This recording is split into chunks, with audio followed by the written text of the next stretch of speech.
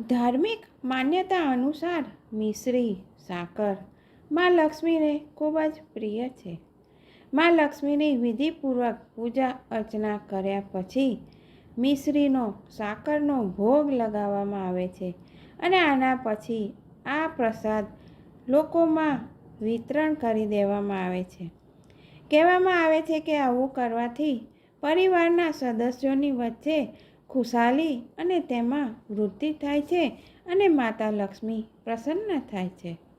સાકરના આ ઉપાયથી માતા લક્ષ્મી પ્રસન્ન થશે અને મનગમતા વરદાનની પ્રાપ્તિ થશે. જય શ્રી કૃષ્ણ મિત્રો, સ્વાગત છે તમારું મારી ચેનલ સ્નેહ સાગરમાં.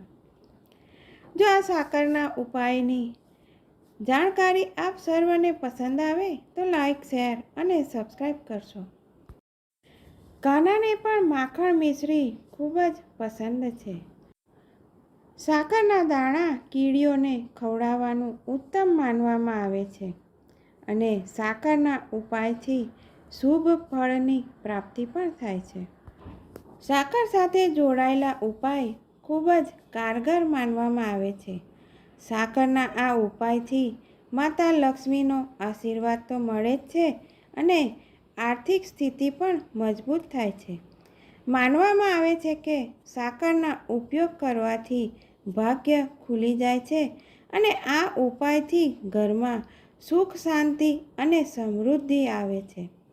જો માતા લક્ષ્મીના આશીર્વાદ મેળવવા ઈચ્છતા હોય તો શુક્રવારના દિવસે ખીરની સાથે સાકરનો ભોગ પણ લગાવવો જોઈએ. આના બાદ ઘરમાં સૌથી વૃદ્ધ મહિલાને આ પ્રસાદ આપીને તેમને પ્રણામ કરીને ત્યારબાદ એ પ્રસાદ બાકીનાને વહેંચી દેવો જોઈએ. 21 શુક્રવાર સુધી આવું કરવાથી માતા લક્ષ્મીની કૃપા પ્રાપ્ત થશે અને ઘરમાં ક્યારેય પણ ધન ધાન્યની કમી નહીં રહે. જો ઘરનું વાતાવરણ અશાંત રહેતું હોય તો ભગવાન શ્રી કૃષ્ણને સાકર અર્પિત કરવી જોઈએ. આવું કરવાથી ઘરમાંથી કલેશ ખતમ થઈ જશે અને પરિવારમાં સુખ શાંતિ હંમેશા રહેશે. ભગવાન શ્રી કૃષ્ણને રોજ સાકરની સાથે માખણનો પણ ભોગ લગાવવાથી ઉત્તમ ફળની પ્રાપ્તિ થાય છે. જો આપ સર્વને મનપસંદ નોકરી ન મળી રહી હોય તો બુધવારના દિવસે થોડુંક કપૂર અને સાકરને દાન કરવાથી શુભ ફળની પ્રાપ્તિ થાય છે.